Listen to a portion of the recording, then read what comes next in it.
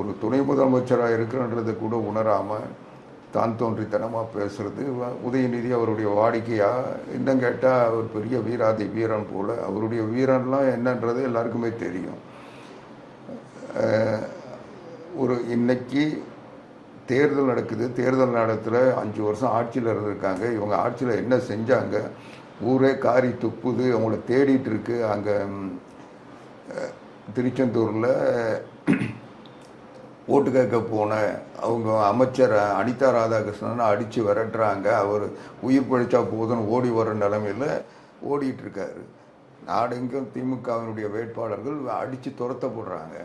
இப்படிப்பட்ட நிலையில் இவங்க கொஞ்சம் போலீஸ் பாதுகாப்பு இருக்குது, துணை முதலமைச்சர் பதவி இருக்குன்ற இந்த அதிகார அகந்தையில் தான் தோன்றித்தனமாக வாயில் வந்ததெல்லாம் பேசிகிட்டு இருக்கார். இவர் என்னவோ பெரிய இந்த நாட்டுக்கு உழைச்ச தியாகி மாதிரியும் எதுவுமே இவங்க ஆட்சியில் என்ன செஞ்சாங்கன்னு சொல்கிறதுக்கு வக்கில்லை, துப்பில்லை, யோக்கியதை இல்லை, அருகதை இல்லை, தகுதி இல்லை.